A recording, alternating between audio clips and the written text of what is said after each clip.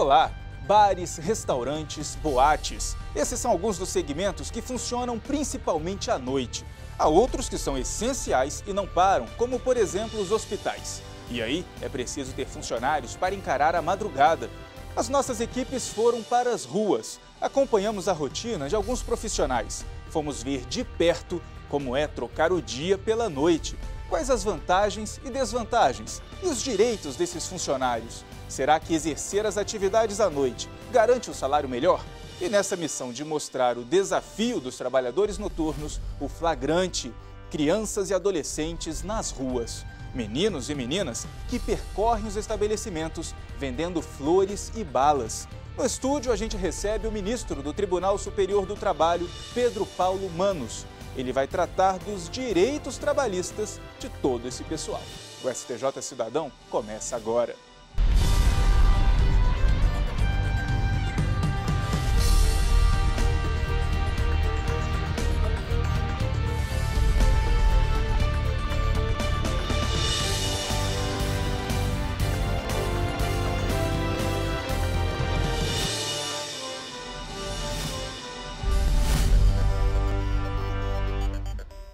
Trabalhar à noite, para alguns, é uma questão de necessidade, para outros é opção mesmo. A nossa equipe de reportagem foi para as ruas acompanhar a rotina de um profissional que troca o dia pela noite. O bom é que não enfrenta sol forte nem trânsito congestionado.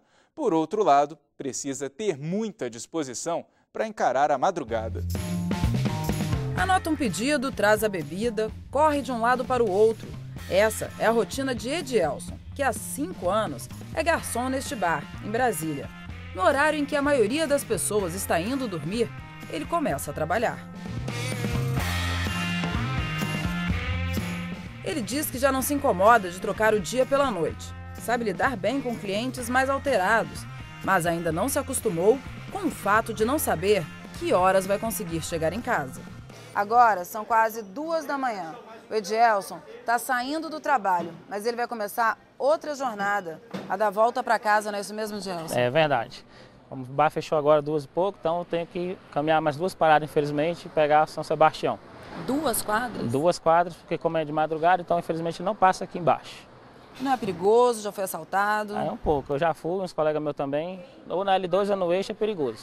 Bom, hoje a gente vai acompanhar o Edielson, vamos lá? Vamos. E lá fomos nós, na escuridão. Da hora que você sai do bar até a hora que você chega na sua casa, quanto tempo mais ou menos você leva nessa jornada? Nessa jornada, às vezes, 4 horas, 4 horas e meia para chegar em casa. Tudo isso? Tudo isso por causa do ônibus. Não é um ônibus só, infelizmente. Ele vai lá e volta. Vai lá e volta. Vamos torcer pra gente dar sorte hoje, Vamos então, né? torcer. Depois de um longo tempo de espera, o ônibus finalmente passou. Infelizmente, perdi 3 horas e meia. Obrigado, gente. Bora! Tchau!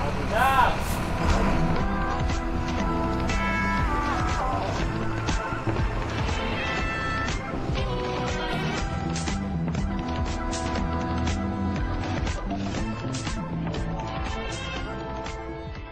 Edielson conseguiu, depois de muito esforço, ir para casa descansar. Mas a rotina de quem troca o dia pela noite está na vida de milhões de brasileiros. A falta de transporte para voltar para casa é só mais uma dessas dificuldades. Esses trabalhadores enfrentam uma mudança de hábito que pode trazer problemas para a saúde. E os efeitos são muitos: insônia, irritabilidade, depressão. Vamos ver o que diz o especialista. Trabalhar num horário que não é compatível com a vigília humana é um atentado contra a fisiologia. Nós somos criados geneticamente predispostos a ficarmos durante o dia em vigília e dormirmos à noite. O homem é assim desde os primórdios da civilização. Então, nós colocamos uma atividade predominantemente de vigília, uma atividade laboral ou intelectual, num horário que deveríamos estar dormindo, é um prejuízo para a nossa concentração, para a nossa memória, para a nossa atenção, por conseguinte, para o nosso desempenho profissional, a nossa produção cai muito, e é muito difícil saber se aquele indivíduo que trabalha durante a noite, ele vai ter capacidade de recuperação dessa noite perdida. Estimativa do Instituto do Sono em São Paulo, com dados do Ministério Público, mostram que no Brasil, aproximadamente 15 milhões de pessoas trabalham durante a madrugada. Médicos, juízes, garçons, motoristas, profissionais que ficam com a saúde prejudicada. Por isso, os direitos trabalhistas para quem exerce as atividades à noite são diferentes daqueles que trabalham de dia. A Constituição prevê que o trabalho noturno será remunerado de forma diferenciada que o trabalho diurno. Quando nós vamos para a CLT, ela estabelece que o trabalho noturno é aquele realizado entre 22 horas de um dia e as 5 horas da manhã do dia seguinte.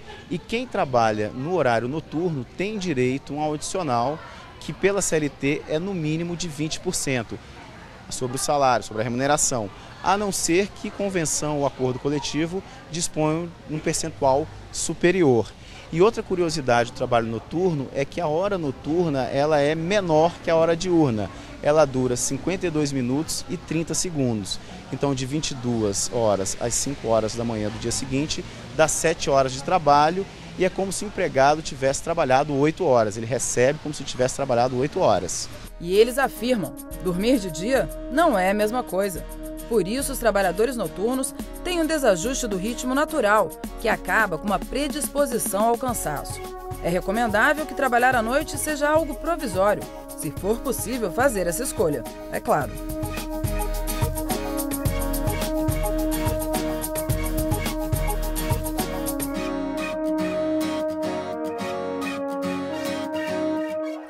Daqui a pouco, flagrante de crianças e adolescentes nas ruas altas horas da noite. Meninos e meninas que deveriam estar em casa protegidos passam a madrugada de bar em bar vendendo flores e doces.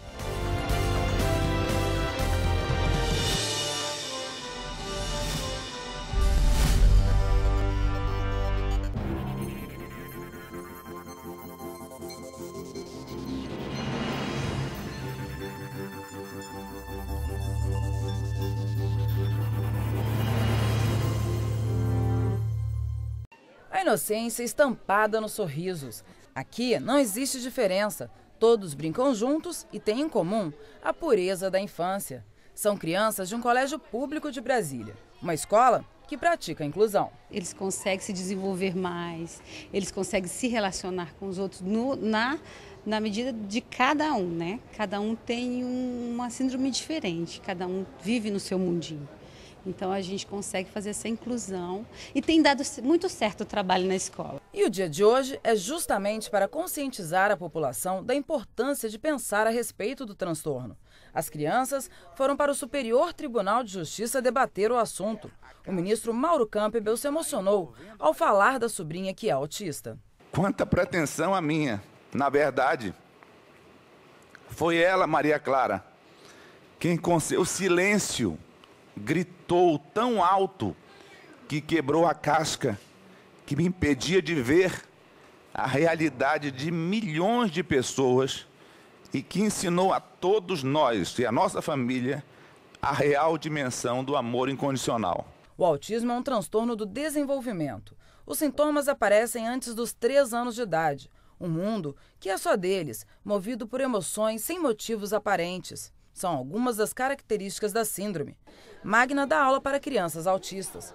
Afirma que não se imagina fazendo outra coisa e conta o que tem aprendido com essa garotada. Tudo. Forma de ver o mundo, de valorizar, de observar cada pessoa. Você começa a ter um olhar totalmente diferente desse mundo. E a distância dos mundos tão diferentes, resultado principalmente pela falta de conhecimento, é diminuída com a inclusão. Um amor assim delicado, nenhum homem daria. Talvez tenha sido pecado apostar na alegria. Você pensa que eu tenho tudo e vazio me deixa, mas Deus não quer que eu fique mudo. Eu te grito essa queixa.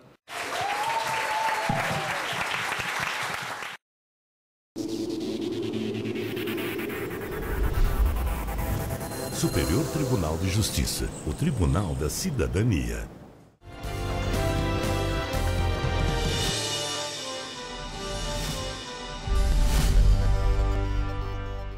O Estatuto da Criança e do Adolescente, é claro, é proibido qualquer trabalho a menores de 14 anos, a não ser na condição de aprendiz.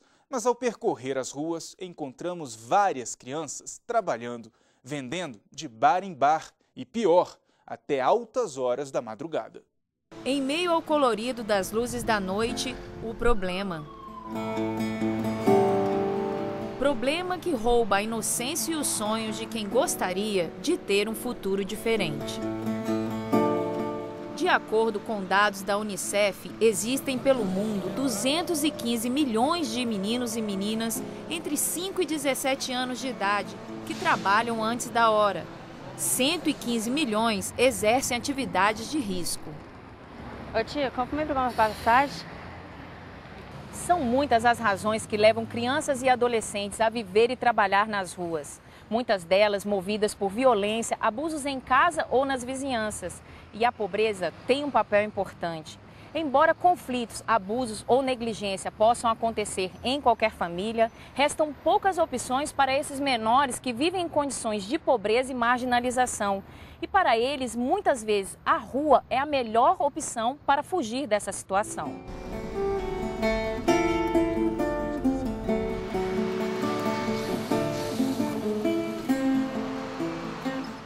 Agora são 8 horas da noite, nós vamos sair para fazer flagrantes nas ruas de Brasília sobre crianças que trabalham à noite. São crianças que vendem doces, flores, e nós vamos ser acompanhados pelo Dr. Maurício Corrêa da Veiga. Dr. Maurício, como o senhor vai nos ajudar nesse trabalho? Num primeiro momento, vamos mapear quais são essas situações em que há o trabalho ilegal, o trabalho ilícito, quais são essas crianças que estão nas ruas e, efetivamente, dar um alerta para os pais e principalmente para o poder público, que tem a responsabilidade principal de manter as crianças em escola e, evidentemente, orientar para que à noite elas permaneçam em casa. Percorremos vários locais da cidade e nos deparamos com a realidade desses menores trabalhadores. Em locais de muita circulação de pessoas, o flagrante foi surpreendente. O que é isso? Pagar passagem. Você vende isso? É o quê? Vale transporte ou é passe estudantil? Como é? É, vale transporte. E você vende o preço menor? R$3,50. Mas quantos anos você tem? Eu? 13. Mas você trabalha aqui sozinho? Não, meu pai. Bom, são várias situações de risco. É uma criança de 13 anos que, 9h30 da noite, está na rodoviária, abordando as pessoas que entram na fila para pegar os ônibus, oferecendo vale transporte, ou seja, ele está trabalhando, né? Claro, é um trabalho informal, antes disso é um trabalho ilícito, que é uma criança de 13 anos. O que é pior é você ter a conivência, né, dos próprios pais, ou seja, no caso aqui do pai. Claro que é uma situação muito difícil, né? É uma situação que às vezes o pai não tem com quem deixar a criança, agora não pode trazer um menino para cá e colocá-lo para vender vale transporte ou o que quer que seja. O trabalho executado por menores de idade é perigoso. Crianças e adolescentes ficam entre sinais de trânsito, perambulam entre carros e pessoas desconhecidas. Expostas a todo tipo de risco, precisam levar dinheiro para casa a qualquer custo. E essa permanência nas ruas até altas horas da noite, às vezes, não é por opção. Pô, eu trabalho, né, para ajudar minha mãe, meus irmãozinhos, na rodô, né, levar dinheiro para casa, fica dando os corre aí. Complicado, né? Pô, tia, é difícil. Eu tento vender as balinhas para as pessoas no sinal, mas elas têm medo de mim, elas fecham o vidro, acaba que eu não consigo ajudar os meus irmãos que eu tenho em casa. Os menores enfrentam várias formas de trabalho em atividades ilícitas. Atividades invisíveis aos olhos de muitos. Uma prática que resulta em diversas consequências, inclusive psicológicas. O problema mais grave é sobre o desenvolvimento social, emocional dessa criança, em termos de personalidade mais ampla e em termos daquilo que a criança vai desenvolver para si como valores que vão orientar seus projetos de vida. Então, isso sim fica particularmente prejudicado. E a criança que se expõe numa situação dessa, ela vai ter contato com todo tipo de gente, né? Então, ela está exposta a todos os tipos de risco, desde um sequestro, desde uma extorsão, ela pode ser roubada, ela pode ser sequestrada, ela pode sofrer abusos sexuais, ela pode principalmente aprender muita coisa ruim nessa convivência com as pessoas que vivem nas ruas das nossas grandes cidades. O trabalho infantil e informal, seja ele de dia ou de noite, precisa ganhar sinal vermelho. No Brasil, só existe uma maneira do adolescente entrar no mercado de trabalho de forma correta, como menor aprendiz. A partir dos 14 anos ela vai poder trabalhar, mas na condição de aprendiz. Você tem requisitos, tem que comprovar que ela está matriculada regularmente numa instituição de ensino. E o que nós vimos hoje foi o trabalho de menores, de crianças, em horário noturno, o que é proibido por lei. O trabalho noturno só a partir dos 18 anos, quando o jovem já tem uma formação biológica apta a possibilitar esse tipo de trabalho, que é um trabalho penoso, que é um trabalho mais desgastante. Eu tento vender as coisas no sinal, mas as pessoas têm medo de mim, eu não ganho muito lucro nisso, mas tentar ajudar a minha família, que eu tenho muitos irmãos em casa, é complicado.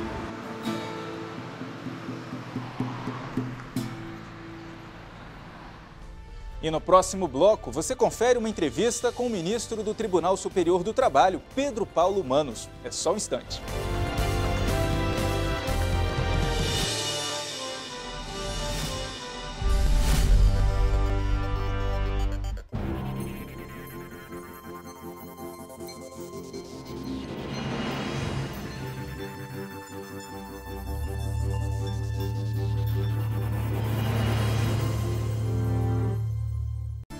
Além de ver a exposição Consagrados de Luiz Bittencourt, eles assistiram a palestras e participaram de diversas atividades. A gente tudo faz curso, tem a ginástica, tem a dança na sexta-feira, tem a alfabetização, tem delas que não sabiam nem no Quero Um A.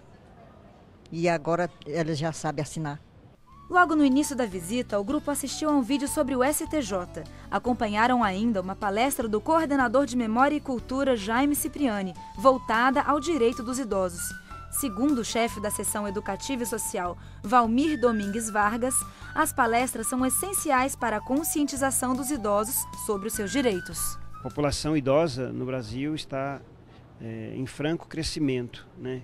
E também, uma vez que esse número aumenta, também é importante que a cidadania seja cada vez mais incentivada, né, e que eles sejam valorizados como devem. O grupo também participou de atividades lúdicas e artísticas e assistiu à palestra Circuito Funcional para a Maturidade, com o servidor Edmilson Moura, da Coordenadoria de Saúde Ocupacional e Prevenção. Os visitantes também receberam exemplares do Estatuto do Idoso e da Constituição Federal. Cada um que vem, depois quer vir trazer mais alguém. Isso pra gente é o verdadeiro exercício da cidadania, né? O projeto foi criado em 2004 e já atendeu cerca de 6 mil idosos entre 50 e 80 anos. As visitas são quinzenais e ocorrem sempre às sextas-feiras. A instituição que desejar participar, basta acessar o formulário disponível na página do tribunal. Conheça o STJ no link Visitação. A visita é agendada pela Coordenadoria de Memória e Cultura do STJ.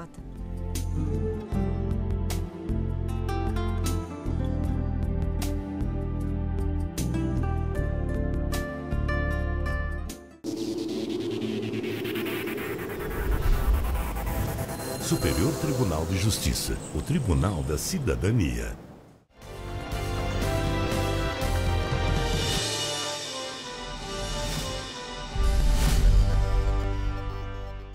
E a entrevista desta semana é com o ministro do Tribunal Superior do Trabalho, Pedro Paulo Manos. Ele vai falar sobre os direitos do trabalhador noturno e os casos que chegam ao TST. Ministro, muito obrigado por aceitar o nosso convite. Gostaria que o senhor começasse falando para a gente da importância dessa diferenciação do trabalho noturno para o trabalho durante o dia. É importante que seja feita mesmo essa diferenciação. Com certeza. Em primeiro lugar, obrigado pelo convite. Quanto a essa distinção entre o trabalho noturno e o trabalho diurno, A inspiração da própria Constituição e da CLT é de que o trabalho, quando prestado em condições normais, deve ter uma determinada remuneração. Quando, porém, o trabalho é prestado em condições mais adversas, mais penosas, como trabalhar à noite, trabalhar além da jornada, cumprir horas extras, trabalhar em condições de insalubridade ou de periculosidade, o trabalhador deve receber um valor a mais, deve ter um tratamento distinto, porque esse trabalho é mais cansativo, é mais penoso. Às vezes, com problemas não só para o trabalhador, mas como para a própria família do trabalhador. Daí o motivo pelo qual a Constituição e a lei determinam um pagamento em valores superiores. E como funciona a fiscalização para saber se a lei está sendo de fato aplicada pelas empresas? A primeira questão é que a CLT determina que os trabalhadores que prestem serviço em empresas com mais de 10 empregados no estabelecimento tenham anotação do ponto, por livro, por ficha, enfim, pelos vários meios. E que o trabalhador anote o início e o término da jornada de forma que isso fique documentado, para que a fiscalização possa constatar o horário trabalhado e o respeito pela empresa aos direitos desse trabalhador, no caso, ao pagamento do adicional noturno. Agora, o que o trabalhador que vai trabalhar, então, tendo direito a esse adicional noturno, ele tem que prestar atenção para ver se a empresa está cumprindo tudo direitinho, a partir de que horário e até que hora ele tem direito ao adicional e de quanto é esse adicional? Além de anotar o horário de trabalho, ele precisa examinar no seu envelope de pagamento, no comprovante de pagamento, se o empregador discriminou o pagamento do adicional noturno. Porque a regra é de que nós devemos receber o salário discriminadamente, o que é hora normal, o que é hora extra, o que é trabalho noturno, o que é algum adicional contratual e assim, para cada verba paga. E, ministro, se alguém entra no trabalho mais tarde do que esse horário, por exemplo, às 23 horas, e fica até mais tarde também, depois das 5 da manhã, como é que vai funcionar esse horário? Pois é. A hora trabalhada que dá direito ao adicional, que no caso do trabalho urbano regulado pela CLT é de 20%, é a hora entre 22 e 5. Acontece que o Tribunal Superior do Trabalho recebeu há tempos inúmeros casos em que se discutia a jornada que começava, por exemplo, às 10 da noite e até 6 horas da manhã do dia seguinte. E a conclusão do TST, que resultou na edição de uma súmula, que é uma orientação para todos nós, é a seguinte: quando a jornada é noturna, mas o trabalhador continua, como no meu exemplo, das 5 às 6, embora o horário de 5 às 6 seja diurno, é um prolongamento da jornada noturna. Então, essa hora, das 5 às 6, também será acrescida de 20%. Então, o trabalhador tem que ficar atento nesse caso, que ele tem direito. Outra questão. A CLT, por razões históricas, entendeu que a jornada noturna, de 22 às 5, representam 7 horas. Mas então o trabalhador que cumpre essa jornada tem 2 benefícios. Tem o adicional de 20%, que eu acabei de falar, mas tem também a seu favor a duração de cada hora reduzida em relação à hora do relógio. A hora do relógio, 1 hora e 60 minutos, para o trabalho é de 52 minutos e 30. Trocando em miúdos, a pessoa trabalha 7 horas e ganha 8. As empresas, para agilizar, o que é que elas fazem? Elas transformam essa redução em percentual. Então, em bom português, quem trabalha à noite, cada hora noturna vai lhe dar 34% mais ou menos a mais do que a hora diurna. E tem aquelas empresas também que têm funcionários que trabalham durante o dia e em alguns outros dias da semana, durante a noite também. Esse profissional, ele tem o direito ao mesmo percentual para essa hora noturna? Tem. O entendimento da súmula é que, interpretando o artigo 73 da CLT, todo trabalhador que presta serviço em hora noturna tem direito ao adicional. Mas você me lembrou uma outra situação que é interessante, que a própria Constituição hoje cuida, que é o chamado turno ininterrupto de revezamento. O que é que significa isso? Trabalhadores que, em função da atividade que exercem, trabalham, vamos dizer, uma semana ou 15 dias durante o dia. Aí mudam uma semana ou 15 dias durante a noite. E assim ininterruptamente. O que é ininterrupto? É a mudança de turnos. Nesse caso, além de ter o benefício da hora noturna, o que o trabalhador tem é a redução da jornada. Para todos nós que trabalhamos em condições normais, uma jornada é de 8 horas. A hora extra é aquela que excede a 8ª. Para esses, a jornada é de 6 horas. Por quê? Porque é só a gente pensar um pouco. Alguém que trabalha 15 dias de dia, depois no 16º dia passa a trabalhar à noite, daqui a 30 dias volta a trabalhar de dia, imagine o organismo dessa pessoa, como é que vai se adaptar quando muda o turno. Na hora que ele estava trabalhando, ele vai passar a dormir. E quando ele acostumar, depois de 15 dias, muda o turno de novo. Vejam como é penoso esse trabalho. Quer dizer, ele vai trabalhar 6 horas, mas vai ganhar pelas 8 horas trabalhadas. Não tem redução de salário também, não? Não, ele ganha, a jornada dele é 6. Se ele cumprir 8, a 7ª e 8ª são horas extras. O empregador não paga 8, porque ele trabalha 6. Mas se o empregador pretender que ele trabalhe às 8, a 7ª e 8ª serão pagas como extraordinárias.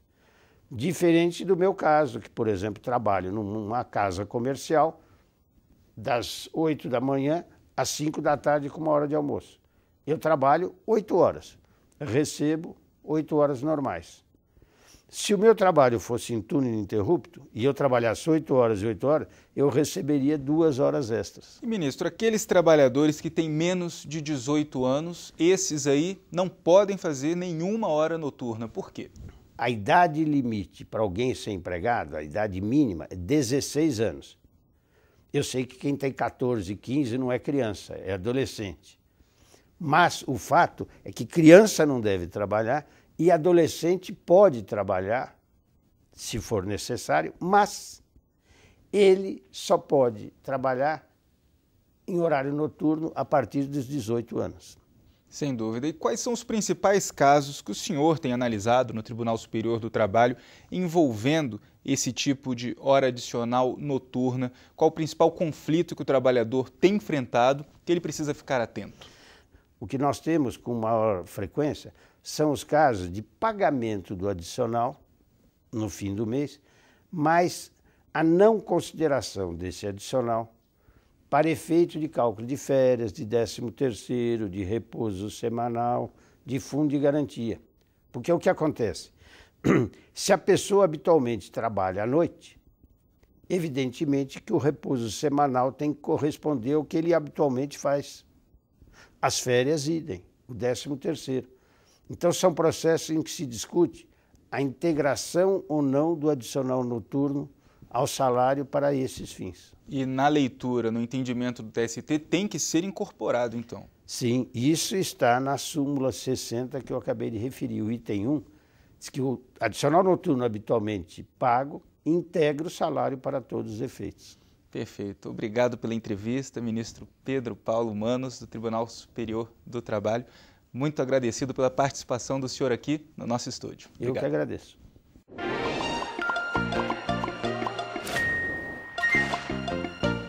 Você sabia que trabalhar à noite encurta a vida e prejudica o casamento? Esse foi o resultado de um estudo divulgado pela Unidade do Sonho do Instituto Dexeus, de Barcelona, e pelo Serviço de Neurofisiologia do Hospital da Paz de Madrid, na Espanha. A pesquisa revelou que os trabalhadores noturnos perdem 5 quilos a cada 15 dias trabalhados. Interessante, né? E tem mais. De acordo com o levantamento, os que exercem as atividades profissionais à noite se divorciam 3 vezes mais que os demais trabalhadores. E ainda, esse grupo tem 40% mais probabilidade de ter transtornos neuropsicológicos, digestivos e do coração. E a gente fica por aqui. Você tem alguma sugestão de reportagem, crítica ou elogio? Não perca tempo não, mande um e-mail pra gente. Para assistir ao programa pela internet, é só acessar o site do Tribunal. O endereço é este aqui, ó, que aparece na tela. Até a semana que vem. Tchau, tchau.